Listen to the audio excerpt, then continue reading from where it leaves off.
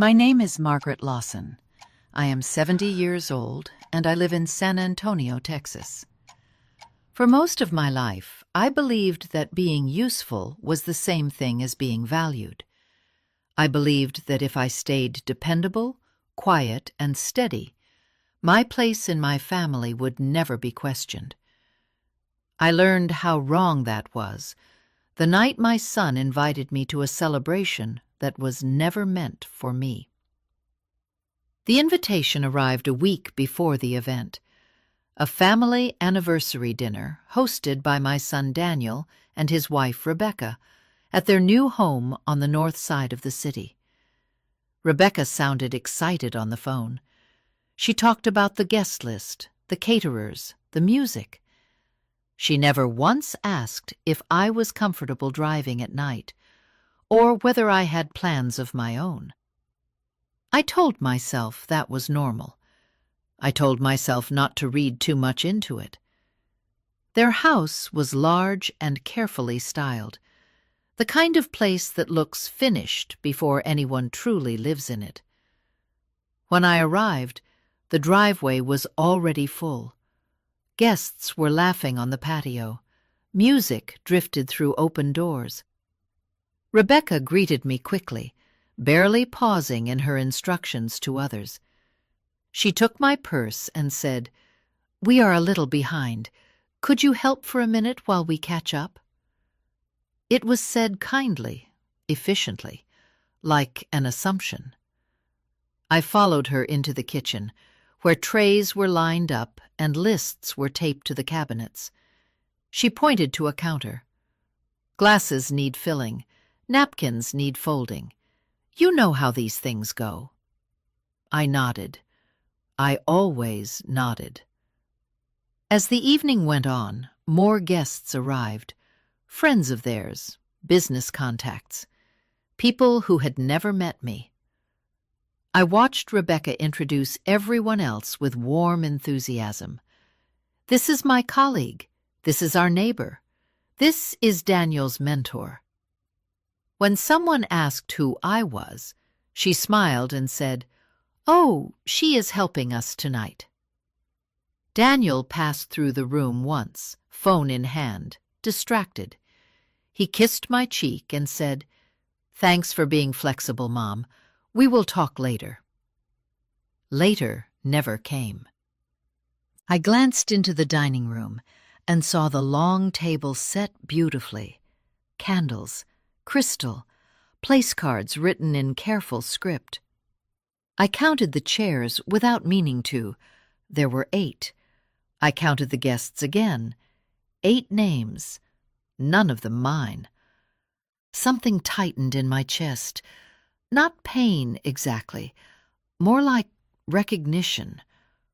I stood there holding a stack of folded napkins, listening to laughter from the other room, realizing that no one had made a mistake. No chair had been forgotten, no place card misplaced. This was planned. And for the first time in years, I understood that I had not been invited as family. I had been invited because I was convenient. That was the moment the evening began to change. I stayed in the kitchen longer than I needed to, not because there was still work to do, but because I wanted to understand exactly how far things had already shifted without me noticing. Every request that came my way was wrapped in politeness, yet none of it sounded like a choice.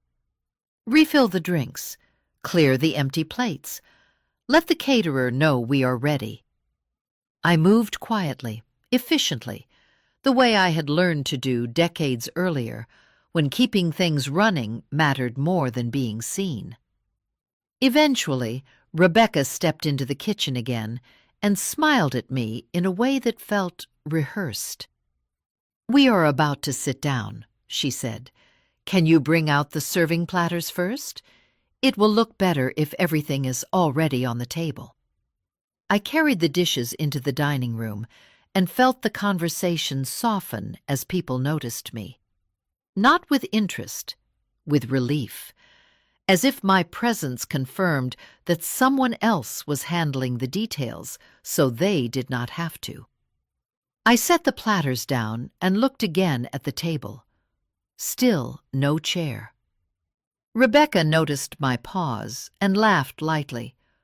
"Oh, don't worry about sitting," she said. "We just need you for a bit longer."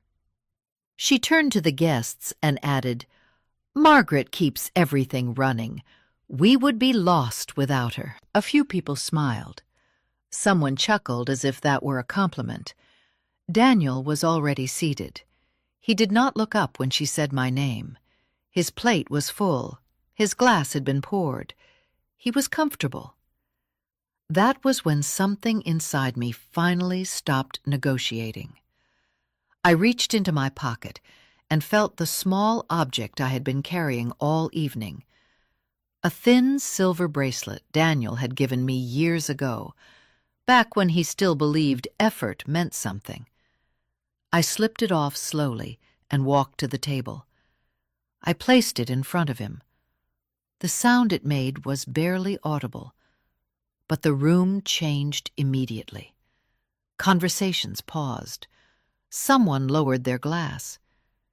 Daniel looked down at the bracelet, confused, then up at me. "Mom, what are you doing?" he asked, his voice tight. I met his eyes, calm, steady. "You just showed me exactly where I stand," I said. Rebecca laughed nervously. "Margaret, please, you're misunderstanding. This is just how things worked out tonight." "Is it?" I asked quietly. No one answered. I did not raise my voice. I did not accuse. I did not explain myself. I simply removed my hands from the table and took a step back. "I will be leaving now," I said. "Enjoy your evening." There was a moment when someone could have stopped me, asked me to sit, moved a chair, said my name like it mattered. No one did. I walked out of that dining room while the candles kept burning and the food grew cold. I stepped into the night air of San Antonio, feeling something unfamiliar settle over me. Not sadness, clarity. They thought the moment had passed. They had no idea it had only just begun. I did not go home. I drove past my street without slowing down, as if my body already knew that the version of life waiting there no longer fit. The city lights thinned as I headed toward the highway, the radio off, the silence loud enough to hear my own thoughts clearly, for the first time in months. I pulled into a small motel just outside the city limits. Nothing charming, nothing memorable. A place that existed to be forgotten. I paid for the room and carried my overnight bag inside, setting it on the bed without unpacking. The air smelled faintly of cleaner and warm dust. I sat down and finally let the evening replay without interruption. The kitchen requests, the missing chair, Daniel's eyes sliding away from mine, Rebecca's smile when she said, "I kept everything running." It was not one moment. It never was. It was a pattern. I took out my phone, not to call anyone, but to check something I had ignored for too long. My email, my financial notifications, the routine messages that had arrived like clockwork for years. They were not all there. I searched carefully. Monthly summaries missing. Account alerts gone. A legal notice I remembered seeing once and never again. I found one message buried weeks back. "Your contact preferences have been updated. If you did not request this change, please contact support." I felt no panic, only focus. Someone had rerouted information away from me. Not money, not yet. Just visibility. The first step in making someone irrelevant is making sure they stop seeing what matters. I lay back on the bed and stared at the ceiling. The ceiling fan hummed unevenly, a small mechanical sound that grounded me. The pieces slid together with uncomfortable precision. The sudden paperwork I had been asked to sign without explanation. The meetings I was no longer invited to. The way Daniel always said he would explain later. The way later never came. My phone buzzed on the nightstand. A text from Rebecca. "Are you staying somewhere tonight, or should we expect you back in the morning?" No apology, no concern, just logistics. I turned the phone face down. This was not about hurt feelings. This was about positioning. They were preparing for a future where I was managed, not consulted, where my independence was an inconvenience to be softened and redirected. I sat up and opened my notebook, the one I had used my entire career to track what others overlooked. I wrote down dates, requests, changes, conversations that had felt slightly off at the time, but now carried weight. By the time I closed the notebook, I understood something clearly. The dinner was not a mistake. The disrespect was not accidental. And whatever came next would not be gentle. I did not cry that night. I did not feel sorry for myself. I felt alert. And that was far more dangerous than anger. People who meet me now often assume my life was simple, that I was a supportive wife, a careful mother, someone who stayed on the sidelines while others made the important decisions. I let them believe that for years because it made things easier. What they never saw was the machinery underneath, the structure, the work that held everything upright. I grew up on the south side of San Antonio, in a family that counted every dollar twice before it was spent. My father worked rotating shifts at a distribution yard. My mother cleaned offices after hours. When I was young, I learned that survival depended on systems. If one piece failed, everything else collapsed. That lesson stayed with me. I started my career at the bottom of a regional logistics cooperative, filing, scheduling, solving problems no one else wanted because they were tedious and invisible. I watched how goods moved, how delays happened, how money leaked through poor planning. Over time, I became the person they called when routes failed or contracts stalled. I did not lead meetings. I fixed outcomes. That skill built my reputation. When my husband and I married, his ideas were bold but untested. Banks listened to me, not because I was loud, but because my numbers were clean and my forecasts held up. I structured operational plans. I negotiated terms. I signed guarantees when risk was unavoidable. Slowly, quietly, I became the backbone of everything we owned. Daniel grew up watching stability, not struggle. College tuition paid on time, reliable cars, a home that never felt uncertain. He saw results without seeing the scaffolding beneath them. I thought that was protection. I thought I was giving him freedom. What I was really doing was hiding the cost. As years passed, my name appeared on documents most people never read closely. Operational authority, contingency clauses, fallback controls designed for emergencies no one expected to happen inside a family. I never used them because I never imagined I would need to. But sitting in that motel room, looking back at the path that had brought me there, I understood something with painful clarity. I had not been pushed aside because I was weak. I had been pushed aside because I was quiet. and quiet strength is easy to mistake for absence. They believed I was replaceable because I had made everything look effortless. That night, for the first time, I allowed myself to see my life without minimizing it. I had built systems that endured. I had created stability that others depended on without understanding. I had earned authority I had never exercised, and now that authority mattered. Because once you understand what you actually built, you stop asking for permission to protect it. I returned to the house 2 days later, early in the afternoon. I told myself it was only to collect a few personal items, papers, photos, things that mattered enough that I did not want them boxed by someone else and handed back to me later with polite efficiency. Daniel and Rebecca were both supposed to be out. The house was quiet when I let myself in. Too quiet. I moved slowly, my footsteps careful on the tile floor. The air smelled faintly of lemon cleaner, as if the house had been scrubbed clean of more than dust.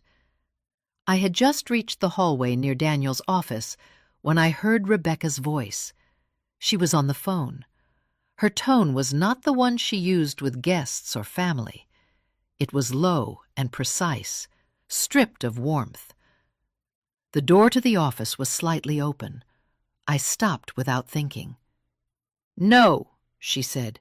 "She doesn't realize how much control she still has. That's the problem. We need to move before she starts asking questions." There was a pause. Rebecca listened, then continued. "The plan is simple. We frame it as concern. Her age, stress, the fact that she walked out of the dinner. That will help. People will believe she's overwhelmed." My hand tightened around my keys. "Once she agrees to assisted living," Rebecca went on, "the paperwork becomes easier. We consolidate everything. Accounts, authority. She won't understand the details if Daniel explains it. She trusts him." Another pause. "Yes, Daniel knows. He's uncomfortable, but he understands this is necessary. We can't keep running things with her name everywhere. It complicates everything." I felt something go cold behind my ribs. Rebecca laughed softly, the sound sharp in the quiet hallway. "She's been useful," she said, "but usefulness isn't the same as control. And we need control now." I stepped back before the floor could betray me. Slowly, silently. Every instinct told me not to confront her. Not yet. Emotion would only expose me. Information was what mattered. They were not worried about me. They were worried about what I owned. The dinner. The missing chair. The way I had been positioned as help instead of family. It had all been preparation. A soft push toward a narrative where I was fragile, confused, and ready to be managed. I sat in my car afterward, the engine off, the house looming in front of me like a stage set. Daniel knew. That was the part that hurt most, not because it surprised me, but because it confirmed what I had already sensed. Silence was his choice. I did not cry. I did not shake. I wrote everything down while it was still fresh. Dates, words, the exact phrasing Rebecca had used. I understood now that timing mattered, that memory alone was not enough. Precision was protection. They believed I was alone. They believed I would be grateful for whatever solution they offered. They believed I would not push back. They were wrong. And from that moment on, every move I made would be deliberate. I did not sleep much that night. Not because I was afraid, but because my mind had already moved past emotion and into structure. Once you understand the shape of a problem, the solution becomes a matter of sequence. I had spent my entire career fixing systems that failed quietly before they collapsed loudly. This was no different. There was one person I trusted to help me do this correctly. His name was Thomas Keller.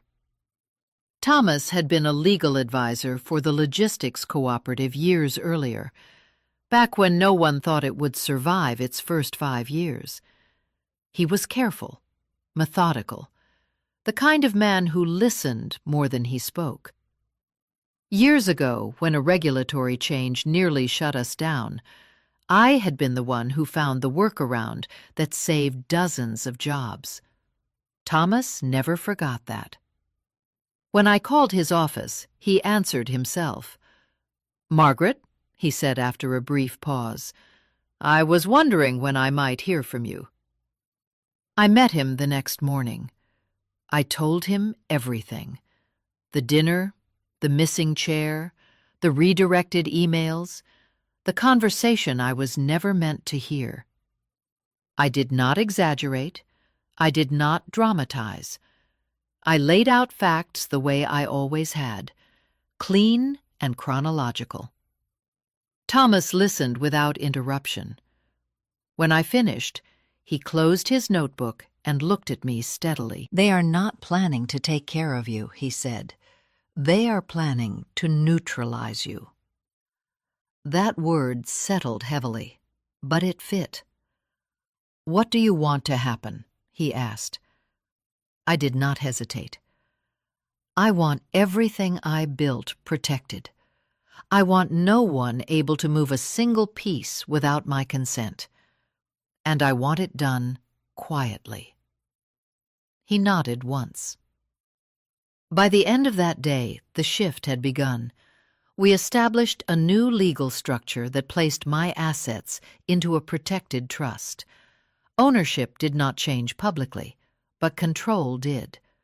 Notification channels were restored to me alone. Access permissions were tightened.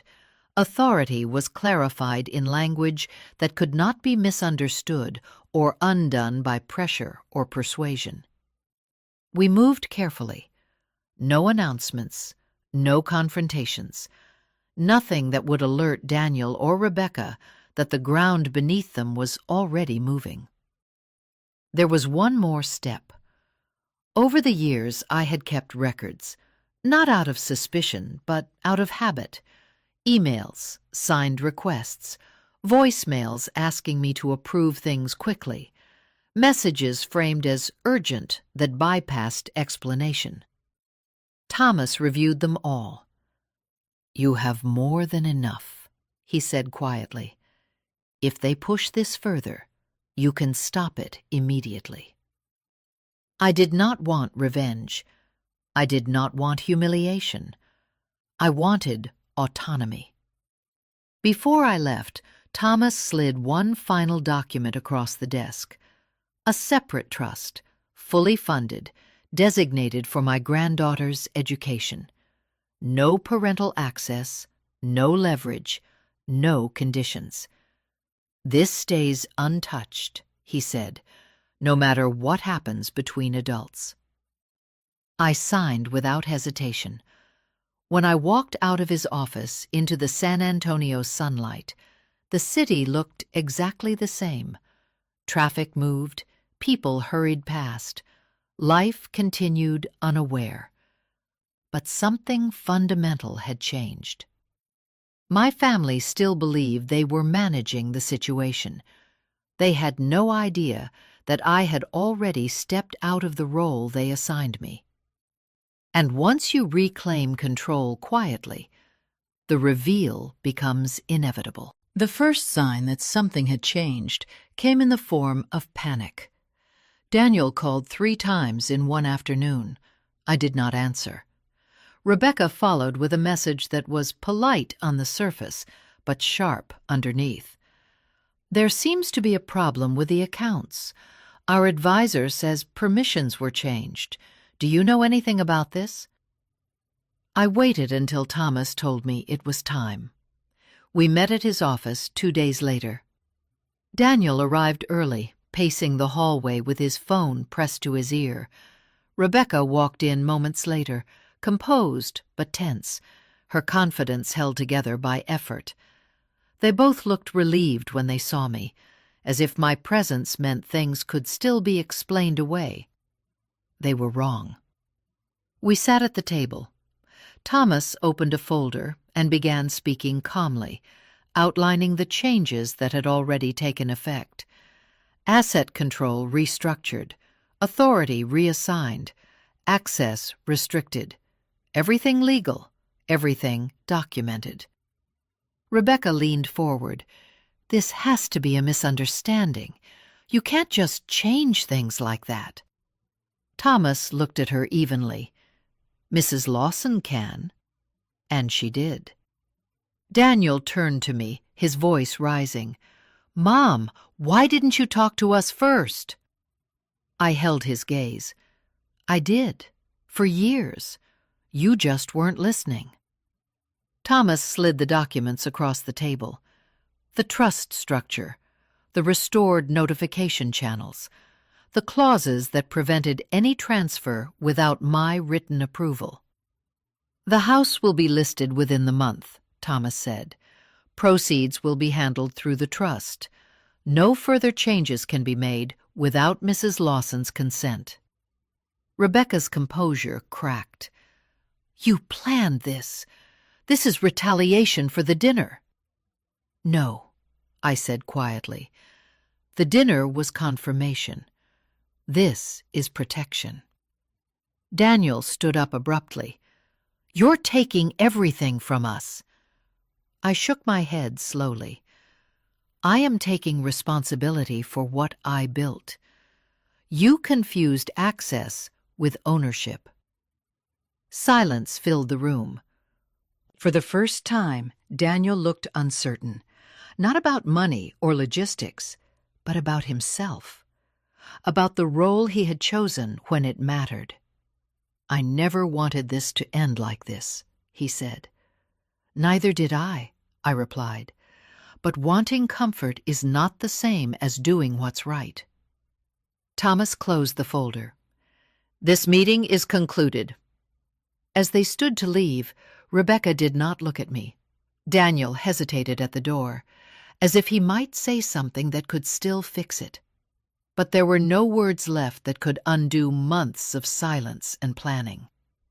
I watched them walk out, not with satisfaction, but with clarity. They had mistaken my patience for permission, and now the structure they depended on no longer belonged to them. 1 year later, my life was quieter in ways I had not known I needed. I lived in a small house near the older part of San Antonio, not far from the Riverwalk, but far enough to feel like my own world. The rooms were modest, the furniture did not match. Every window let in real sunlight, not the kind filtered through heavy drapes meant to impress visitors. For the first time in years, I arranged my days without asking who needed me to fill a gap. I spent my mornings volunteering at a local community center, teaching practical financial planning to older women. Many of them had stories that sounded uncomfortably familiar. Decades of contribution, years of silence. Adult children who assumed control without asking. I never told them what to do. I showed them how to see clearly. That Christmas, I hosted dinner. There were fewer people than before. A neighbor who checked on me during the summer heat, 2 women from the community center, my daughter Emily, who had driven in from Austin with her family. The table was small, but there were enough chairs. Everyone had a place without asking. At one point, my youngest granddaughter looked around the room and said, "Grandma, this feels peaceful." She was right. Later that evening, after the dishes were washed and the house had settled into quiet, my phone rang. Daniel's name appeared on the screen. I answered. He did not start with excuses. He spoke about the year, about losing access and gaining understanding, about learning what responsibility feels like when no one smooths the path ahead of you. He apologized without defending himself. I listened. I did not promise forgiveness. I did not reopen old wounds. I told him only this: I am willing to have a relationship when respect is part of it, not an afterthought. He accepted that. When the call ended, I stood by the window and looked out at the city lights. San Antonio moved on as it always had, indifferent to personal reckonings. I felt no victory, no bitterness, only steadiness. There are moments when walking away looks like loss to everyone watching. But sometimes leaving is how you reclaim yourself. I was not punished for being useful. I was taken for granted. The moment I stopped allowing that, everything changed. Family does not give anyone the right to erase you. Love does not require silence. And dignity is not something you negotiate for at the end of your life. It is something you protect while you are still standing. 5 core lessons from this story. 1. Being needed is not the same as being valued. 2. Silence can protect you, but it can also trap you. 3. Planning is not revenge. It is self-respect. 4. Boundaries expose intentions faster than arguments. 5. You deserve a seat at every table you helped build. If this story spoke to you, please like and share this video with someone who may need it. Leave a comment and tell me what lesson you took from this story and which city you are watching from.